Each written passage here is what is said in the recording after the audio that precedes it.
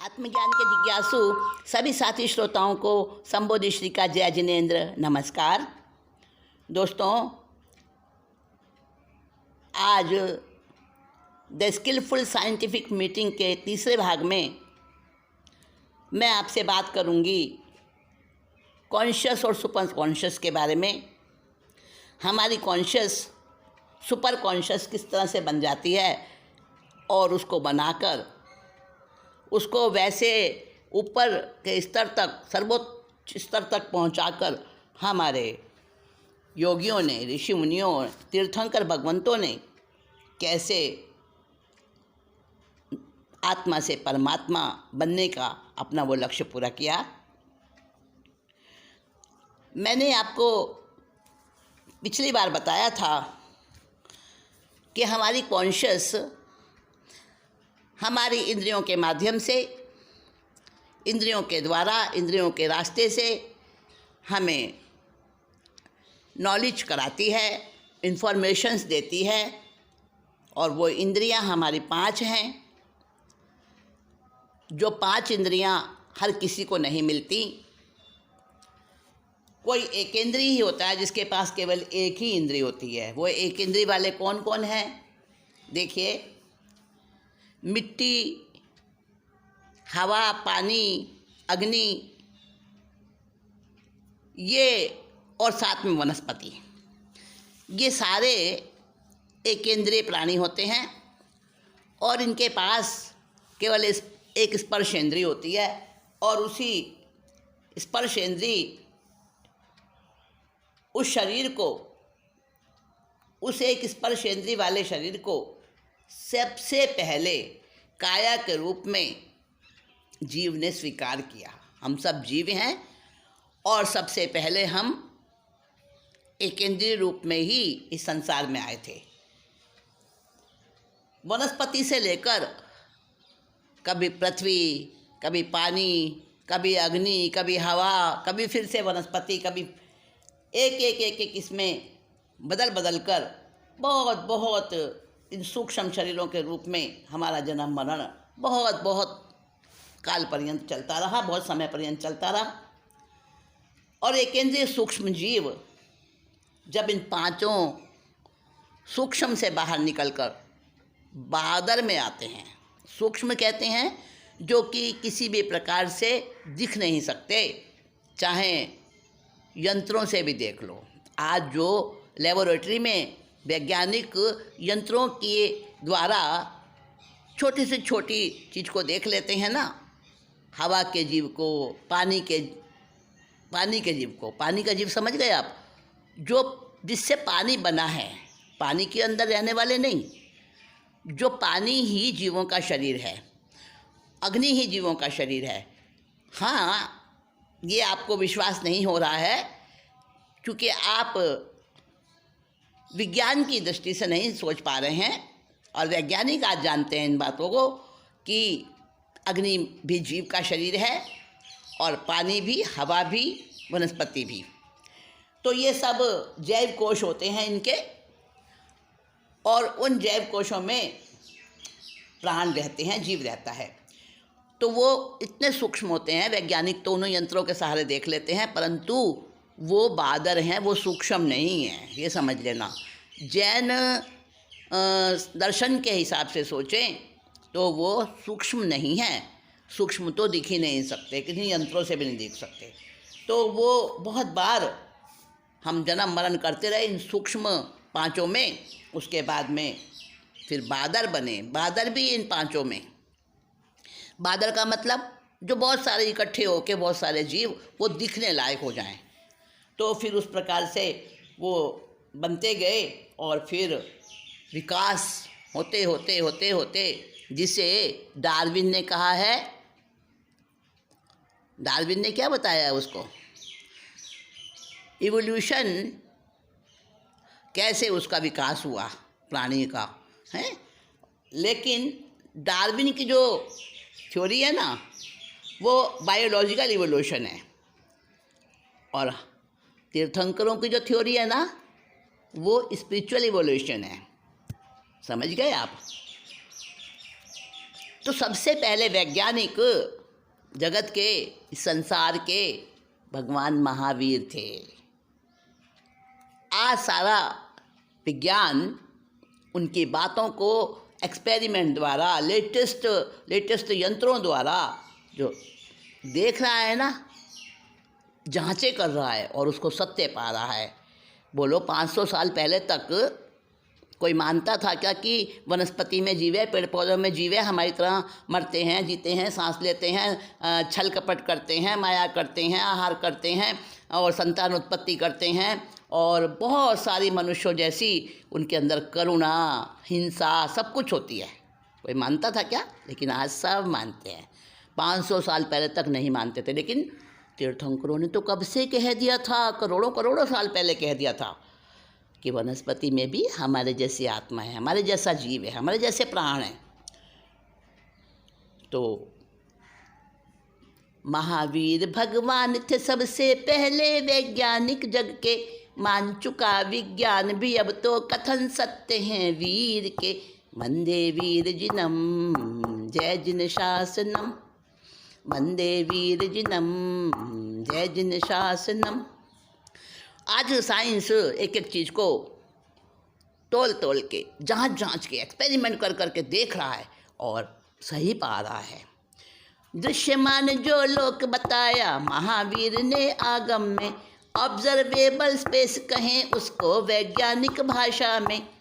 समय क्षेत्र आलोक का अर्थ स्पेस टाइम में भरा हुआ, क्वांटम फील्ड पंचास्तिकाय बन यूनिवर्स है कहलाया। जीवास्तिकाय के मूल में बायोसेंट्रिक सिद्धांत है, मान चुका विज्ञान भी अब तो कथन सत्य हैं वीर के। वंदे वीर जिनम जय जिन शासनम। मैं आपको आज बताने वाली हूँ कि कॉन्शियस और सुपर कॉन्शियस बनने के साथ साथ उन भगवंतों ने, उन खोजी, उन ज्ञानी भगवंतों ने क्या क्या बताया था।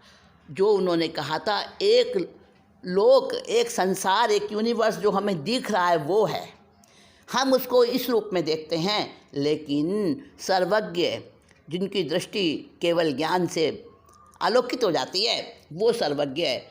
वो जो 3 काल की हर वस्तु को उसकी हर एक फॉर्म में देख लेते हैं, वो कहते हैं वो इस संसार को ऐसा नहीं देखते जैसा हम देखते हैं।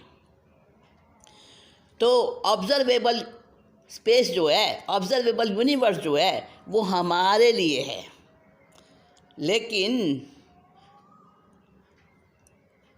तीर्थंकरों के लिए, केवलियों के लिए, ज्ञानी भगवंतों के लिए वो पंचास्तिकाय है।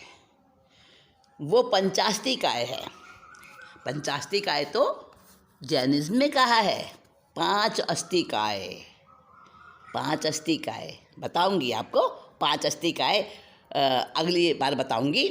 5 अस्तिकाय का मतलब 5 एक ऐसे एनर्जी फील्ड्स हैं जो हमेशा रहते हैं, कभी नष्ट नहीं होते, कभी उत्पन्न नहीं होते। वो शाश्वत हैं, नित्य हैं, सदा रहने वाले हैं। भूतकाल में भी थे, आज भी हैं और भविष्य में हमेशा हमेशा रहेंगे। तो वो 5 अस्तिकाय द्रव्य जो हैं उसको आज साइंस मान रहा है, लेकिन उसको पंचास्तिकाय नहीं कहता। वो उसको क्वांटम फील्ड्स कहता है, एनर्जी क्वांटम फील्ड्स। हाँ, हम भी एनर्जी कहते हैं, एनर्जी फील्ड है वो, लेकिन साइंस भी उसको एनर्जी क्वांटम फील्ड कहता है। ठीक है ना। और उन 5 में से एक धर्मास्तिकाय है, जिसको साइंस क्या कहता है, जिसको कहता है साइंस काइनेटिक एनर्जी फील्ड। ठीक है। और एक अधर्मास्तिकाय है, जो हम अधर्मास्तिकाय कहते हैं, उसको साइंस कहता है पोटेंशियल एनर्जी फील्ड। और एक पुद्गलास्तिकाय है, जिसको साइंस कहता है मेटेरियलिस्टिक एनर्जी फील्ड। और एक है जीवास्तिकाय, जिसको आज साइंस कहता है बायोसेंट्रिज्म। और उसका दूसरा नाम भी है, क्या नाम है उसका बता दूं आपको। उसका नाम है इलेक्ट्रोमैग्नेटिक एनर्जी फील्ड। और एक है स्पेस, आकाशास्तिकाय, जिसको आज का साइंस कहता है ग्रेविटेशनल एनर्जी फील्ड। ये 5 अस्थिकाएँ जिसे विज्ञान भी मान रहा है और तीर्थंकरों ने तो कब से बता दिया। तो 5 अस्थिकाएँ से ही संसार बना है और ये एक एक बात आज का साइंस उसको प्रूव कर रहा है। तो आज मैंने आपको बताया कि उन्होंने अपनी कॉन्शियस को सुपर कॉन्शियस बनाया और ऊपर उठते उठते साधना करते करते अपनी आत्मा को प्योर बनाते बनाते उनकी कॉन्शियस जो है ऊपर उठते उठते सुपर कॉन्शियस बन गई। और जब दोस्तों हमारी कॉन्शियस आगे बढ़ते बढ़ते सुपर कॉन्शियस के लेवल तक पहुंच जाती है ना, तब पता है क्या होता है, पूरे यूनिवर्स, पूरे कॉस्मोस, सारे ब्रह्मांड से हम जो है वार्तालाप कर सकते हैं, बातचीत कर सकते हैं, उसको देख सकते हैं, उसको जान सकते हैं, उसको समझ सकते हैं। वो तो ठीक उससे संपर्क कर सकते हैं, कांटेक्ट कर सकते हैं। और कॉन्शियस की इसी सारी उच्च प्रक्रिया को हमारे जैनागमों में क्या कहा है, बताया है, उसके कई फंक्शंस बताए हैं उस सुपर कॉन्शियसनेस के। आपको पता है 5 शरीर हमारे आगमों में बताया है, जैन ग्रंथों में, कि 5 प्रकार के शरीर होते हैं। उसमें से एक प्रकार हमारा भी है। तो मनुष्य और जो जीव जंतु पशु पक्षी होते हैं ना, तो हम सबका शरीर है औदारिक शरीर, औदारिक, जिसमें हड्डी, मांस, खून, मवा इत्यादि चीज़ें रहती हैं, तो औदारिक शरीर है। और देवता नारकी का वैक्रिय शरीर है। तीसरा होता है आहारक शरीर। वो आहारक शरीर होता है जो कहीं भी चला जाता है और जाकर पूरे लोक में, पूरे यूनिवर्स में कहीं भी जा सकता है वो, और जाकर प्रश्न का उत्तर भी ले आता है, सब जगह घूम आता है, ज्ञानियों से वार्तालाप करके आ जाता है जहाँ भी ज्ञानी होते हैं। तो वो आहारक शरीर वो सुपर कॉन्शियसनेस की ही उच्च अवस्था है, उसी को आहारक शरीर कहा गया है। इससे भी आगे बढ़कर सारे यूनिवर्स का, सारे कॉस्मोस का ज्ञान, सारे स्पेस का, सभी द्रव्यों का और उनके 3 काल में होने वाली सारी फॉर्म्स का ज्ञान करना, उसको कहते हैं परफेक्ट नॉलेज, केवल ज्ञान। हमें तो अभी मति ज्ञान भी पूरा नहीं है। मति ज्ञान, श्रुति ज्ञान, अवधि ज्ञान, मनः पर्याय ज्ञान और केवल ज्ञान, ये 5 ज्ञान होते हैं। तो हमें तो अभी पहला वाला भी पूरा नहीं है, तो 5वां तो बहुत बात की बात है। तो वो सुपर कॉन्शियस जब हमारी बन जाती है तो हमारे को केवल ज्ञान भी हो जाता है। ध्यान साधना से होता है सब कुछ, मेडिटेशन से होता है सब कुछ। तो सुपर कॉन्शियस की अवस्था में, सुपर कॉन्शियस की अवस्था में क्या होता है कि मेडिटेशन के साथ, मेडिटेशन करते करते हमारा न्यूरॉन सिस्टम जो है एक स्पेसिफिक टारगेट की तरफ जाने के लिए हमें गाइड करता है वो मेडिटेशन। और फिर इसकी बढ़ती हुई जो एडवांस प्रोसेस होती है ना, और उसको धीरे धीरे आगे प्रैक्टिस करते करते फिर केवल ज्ञान प्राप्त हो जाता है। तो कॉन्शियस हमारी सुपर कॉन्शियस बन जाती है। अब बनाने वाला चाहिए, बनाने वाला चाहिए। यदि हमारी चेतना, यदि हमारी कॉन्शियसनेस बहुत ऊंचे हायर लेवल तक पहुंच जाए, यानी मति ज्ञान, श्रुति ज्ञान, जो तो सबको ही होता है, नॉर्मली सबको होता है ना। तो मति ज्ञान, श्रुति ज्ञान से ऊपर अगला स्टेप है अवधि ज्ञान। जब अवधि ज्ञान के अवस्था तक पहुंच जाती है तब क्या होता है पता है, जो मैंने आपको बताया था ना, न्यूरॉन वाला, गुलाब के फूल वाला उदाहरण दिया था। एक न्यूरॉन होता है जो गुलाब का रंग रूप देखता है और दूसरा न्यूरॉन होता है जो गुलाब की स्मेल लेता है। जब दोनों न्यूरॉन आपस में कनेक्ट होते हैं तब हमें रूप भी दिखता है, रंग भी दिखता है और साथ में सुगंध भी आती है। अगर बीच में कोई रैंडम थॉट आ जाए, बीच में कोई दूसरा विचार आ जाए, अस्त व्यस्त विचार आ जाए, तो वो न्यूरॉन अलग चला जाता है और हमें फूल तो दिखता है, रंग रूप दिखता है, उसका आकार दिखता है, उसका सब कुछ दिखता है, लेकिन उसकी सुगंध हमें नहीं आ पाती।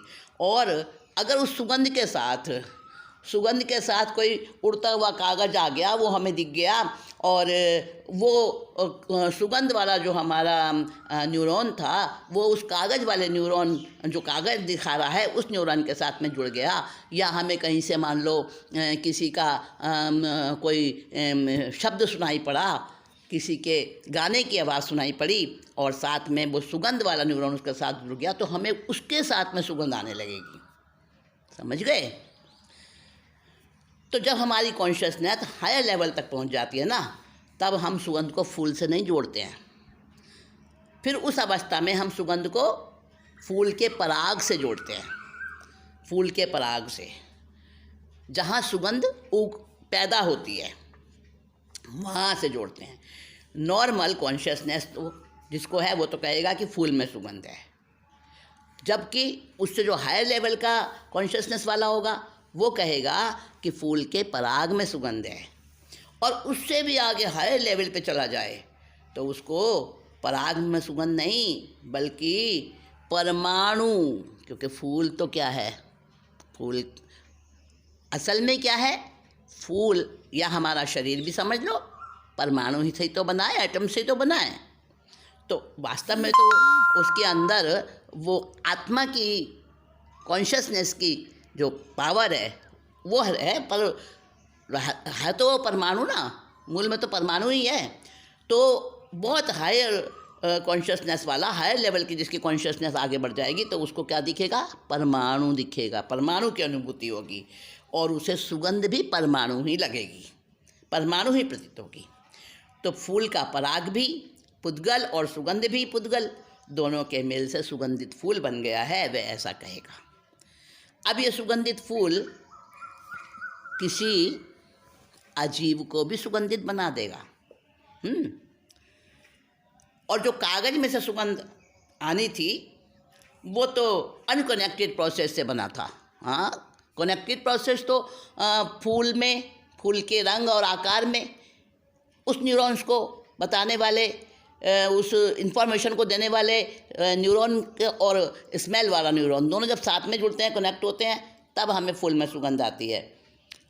और जब कागज में से सुगंध आती है या किसी स्वर में से सुगंध आती है तो वो अनकनेक्टेड प्रोसेस होता था। लेकिन अब जब हायर लेवल की कॉन्शियसनेस बन जाती है तो पूरा कागज ही सुगंधित बन जाएगा, स्वर ही सुगंधित बन जाएगा, क्योंकि उसका चेतना स्तर बहुत ऊंचे लेवल पर पहुंच जाएगा। ये कोई मैं ऐसी बेसिर पैर की बात नहीं बता रही हूँ आपको, ये सच्चाई है। अनुभूति से करके देखने पर पता चलता है ना, कि गुरु ने कहा वो झूठा जानूं, खुद अनुभूति करूं तभी सच मानूं। साधक भी बड़ा ढीठ होता है, सचमुच।